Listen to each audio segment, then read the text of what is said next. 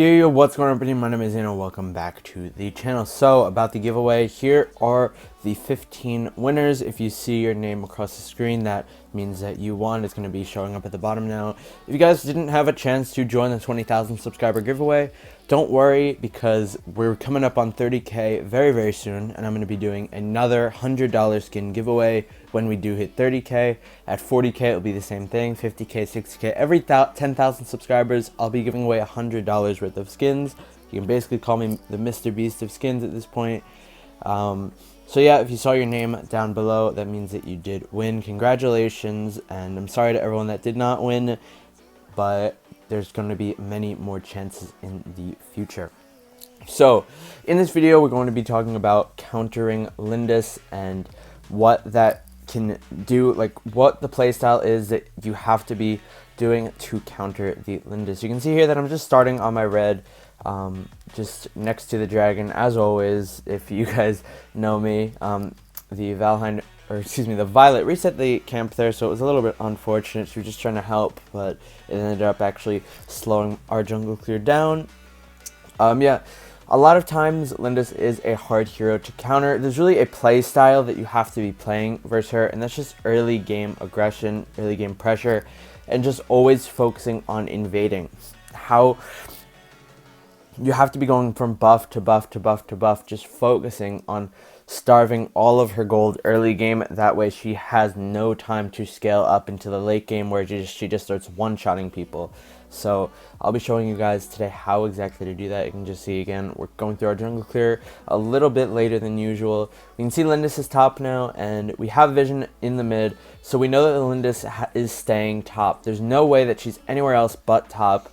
There's nothing else that she could be doing if she's not rotating back to mid and back, so we know that we can gank her here. And you can see I'm going to click my flight mode here, and sure enough, the Lindis was trying to gank top, so we're just going to jump onto her like that and get a nice kill onto her. It wasn't the first blood though, because bot lane actually got a kill onto the Wukong side lane, so well played by Valor. I don't know how that works. We have double ADC lane versus double assassin lane. If you guys noticed, it's a Violet and a Fennec versus a Zuka and a Wukong. Pretty weird. Anyways, you can see that we're just going to go clear mid lane, and we know that the Lindis started on her blue buff, so we know that we can just come into here. And guys, look at this, exactly like I was talking about. We know that she's going to be right here, so we're just going to ult and basically walk past the red buff, because I knew that she was going to be sitting there trying to start her jungle clear. See, now just do straight onto the dragon, but since Wukong's there and I'm about 50% HP, I'm not really going to risk it. Also, Zuka was rotating, as you can see now. You can see Zuka was rotating. If we started that, he probably would have flickered in and killed us. Look at this guy. He flickers in trying to get a kill onto us, but we're not even close to that low of HP to where that would have worked. And also, since we saw it coming a mile away, we were just able to move a little bit back and completely dodge the flicker ult that might have otherwise killed us. We can see there's a little bit of action going on bot. Again, seeing the Lindis, so I want to be jumping onto her. I'm pretty sure I have Soul Reaver at this point. I just have so much gold. Yeah, I have Soul Reaver. That's why she just melted there. There's an extra proc. You can see I'm trying to chase onto that lumber. I was about to throw my first skill out, but unfortunately, he flickers out of the way, and we're not able to kill him. And again, guys, this Lindis literally has a death per minute. She is 0-3 right now, all because we've just been only focused on her. We went to the top lane where she was. We instantly just jumped on her, because we know the Lindis's weak point is her early game. You know, her passive is not scaled up to where it should be on its movement speed. You know, it's only going to be giving, what, like 25% movement speed compared to 45% late game, something like that. So, of course, you want to just be shutting her down late game. You can see now that she just took her red buff, it looks like, and the blue buff is going to be spawning in a moment. There is the blue buff, but we're just going to go top and clear this lane out before rotating over to go do something else. Maybe it would have been good there to actually go and just invade the blue. You can see we're going behind the tower here, able to pick up a kill. Here's Lindis on the blue buff like we exactly predicted. She already got it though, so it's a little bit too late to be invading now. But again, she's 0-3. We're already 9-0 in this game, like total kills versus total kills. And we have a 6 out of 9 participation, so pretty good lead at this point. we're just doing an amazing job of shutting down this Lindis in the early game where it matters the most. Again, I see this Lindis, I just think, okay, wow, let's just go on to her at this point. And that's also how you end games fast and you snowball. Once you're ahead, you just keep looking for fights and you keep trying to do as many things as possible. When you keep looking for fights when you're ahead and you just keep being super aggressive, that's how you are able to get 5 minute, 6 minute, 7 minute, 8 minute wins just crazy fast. See, we're just going to jump onto Jannar here. I was a little bit worried because I didn't want the Zuka to just jump onto me like out of nowhere, which is why I hesitated a little bit. You can see I missed my dash there. But yeah, I was a little bit worried to jump onto that Jannar there, but turns out that we were just completely fine. You can see the red buff of Lindis is up, just sitting in the bush. I don't think they see me. You can see that the red buff was going towards top. That means it was going into the bush. We were able to kill the Lindis, and the Zuga actually gets a nice crit off onto us, which is so much damage, and just rolls through us and finishes us off. You can see that we're just watching the red buff and where it's rotating to. You can see where the red buff is running.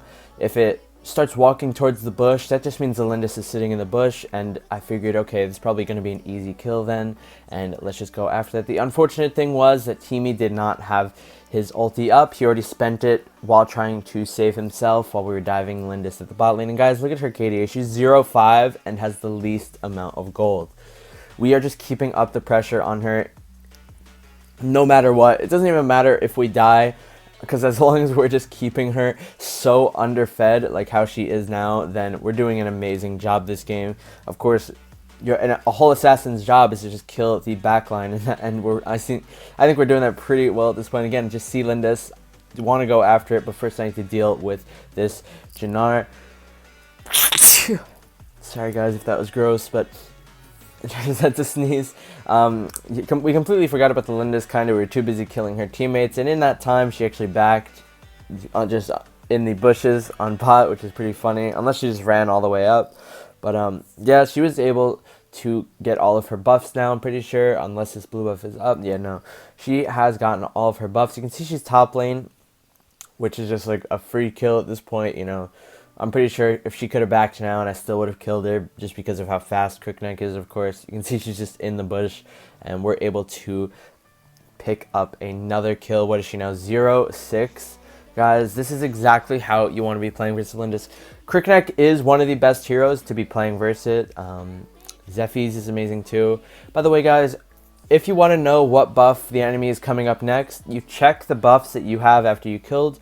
Because after I killed the Lindis there, I saw that my blue buff timer got refreshed. So I had a full blue buff, but I had an empty red buff, which means my red buff was still running out while my blue buff was regenerated. That means I took the blue buff off Lindis's dead body pretty much, while I didn't get the red buff. That's just an easy indication of knowing which buff is going to be up next. I'm sorry if that was too confusing. I hope I worded that the best way possible, but yeah, I don't really know how else to word that.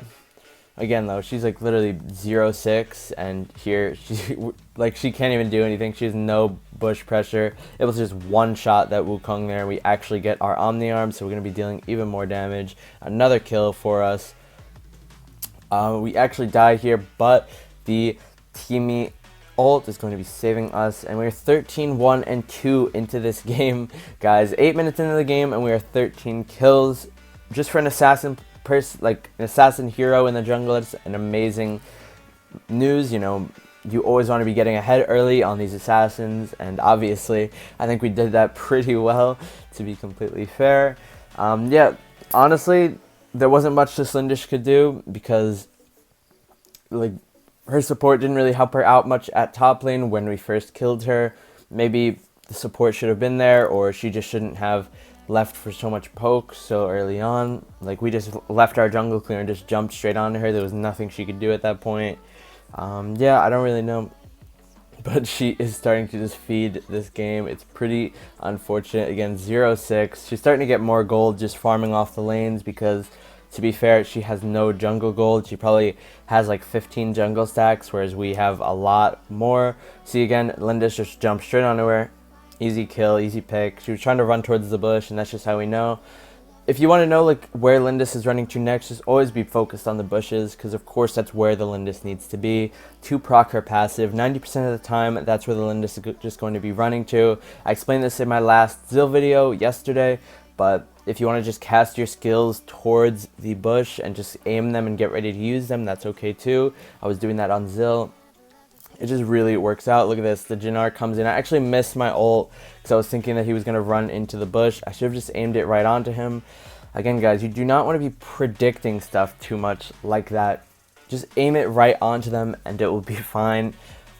That's one of my biggest issues in AOV when missing stuff. I just always try to predict. See, we're able to pick up like a kill steal there. Lindis again clearing top all alone. She wants this lane gold so badly because she cannot get any of her jungle gold. And just there goes her HP bar. 2 skills and she is completely 100 to 0. Just ridiculous damage. 0-7 if you guys have lost track of how many times we have massacred her. Maybe 0-8 actually. It's so hard to keep track. Even I'm losing numbers. But again, this is just the playstyle that you want to be doing. You just want to keep on going after. Keep the pressure up on Lindis. You can't be passive versus her. You have to be super aggressive, because if you just let her farm up, the Lindis is going to farm faster than you most likely. Everyone knows that she just runs around in her jungle and she can clear it in 2 seconds pretty much, just because of her passive.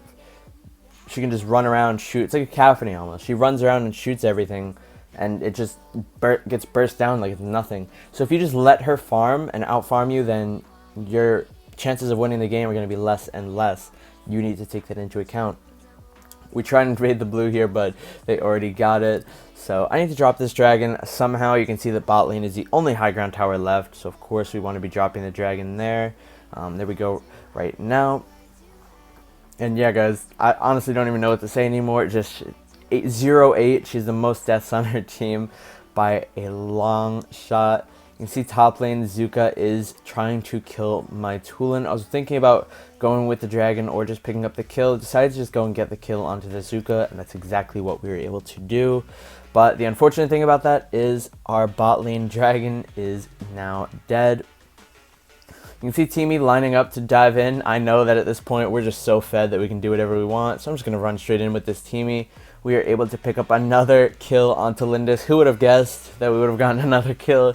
But we did, so very well played there. This 2 ADC comp is working out a lot nicer than we maybe would have thought.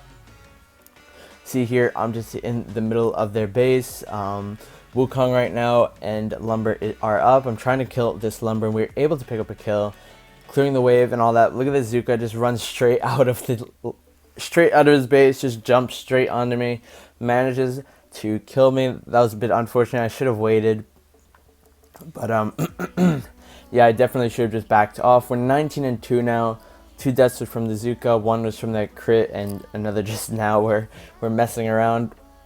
Got their core to about 50%, and their bottom high ground looks pretty untouched. Again, it was pretty unfortunate that I dropped the dragon and then everyone just kind of abandoned it, you know. So it really didn't really go to much use. So yeah, I don't really know what much else to say. The dragon can actually like take a high ground by itself. If it has no minions, a dragon can just shoot down a high ground by itself if it doesn't get damaged. So if you're fighting on the other side of the map and the dragon is split pushing, it will take a high ground for free. I think that's pretty cool. It does a significant amount of damage. You can see Violet getting ganked at mid. So that's just going to be a 4v5 situation right now. Again, this double ADC comp, it is hard to peel for them all. My teamie has to worry about me and a Fennec and a Violet pretty much. You know, the teamie might want to ult me, but then the 2 ADCs might be feeding at that point. So it's just a complicated thing. I can see the Lumbers maybe going to rotate into the bush here, which is why I just ult onto him. Just get more poke damage. I don't really care about killing this Lumber or anything like that. I just want to poke him down, and you can see just throw out my first skill, but it looks like their entire 5-man team is here, so we can't really do anything about that. I kind of just need to let that teamie die, and what we do next is super important. We go near the Darkslayer because we know that the Lindis is going to be on this for sure. I can't defend mid. There's no point going mid at this point because I cannot defend that. We can see Lumber is on the Darkslayer. You can see, which is where we're positioned. It's very nice. just watching the Darkslayer's HP, seeing the Lindis attacks, if it's going to come. There enough, there is the Lindis ultimate, the Lindis traps, all that. See Lindis trying to come up here to the bush, and we're just going to jump on her, kill her. Lumber goes down as well. Zuka jumps onto me, but we do have a revive, and sure enough, my team is here for backup, so we are able to take this dragon for pretty much free. Very, very nice there. Jannar just completely leaves the Violet there. I'm not sure actually what happened. I don't know why he didn't go for me. Team just waiting in the bush here, seeing what's going on. I can see the red buff just got dragged, so I'm going to lead in with my dash. Look at that Jannar's HP, guys. He got melted in like 2 skills and a basic attack. It's actually disgusting how much damage he took. You can see I'm going to sell my revive item there and buy a death sickle, so when this Zuka jumps onto me, his burst damage isn't really going to be doing much. You can see I'm just taunting him there, trying to make him jump onto me. I think the death sickle proc there actually didn't. Okay, there's it, and we were able to kill the Zuka again, but we do end the game as well. Very, very well played. And again, guys, it's just the playstyle that you need to be countering heroes like Lindis. Just jumping onto them as much as you can early game, and just working your way from there. It'll be a snowball effect, of course, for the Kriknak. You get that kill on Lindis at top, you run into the jungle, kill her again, and the game was pretty much secured at that point. Lindis was guaranteed to be pretty much useless after we ran to her blue buff and killed her. The top gank didn't matter as much. You can see 110 that Lindis. 9% damage, guys. That's not even really her fault. It's just we are abusing her and taking advantage. It doesn't matter how good or bad they are, just the fact that we took advantage of her early game meant she could do nothing during the entire stages of this game. Anyways, I hope you all enjoyed this Kriknak invading guide, and I'll see you all tonight in the live stream or tomorrow in daily video. Peace out.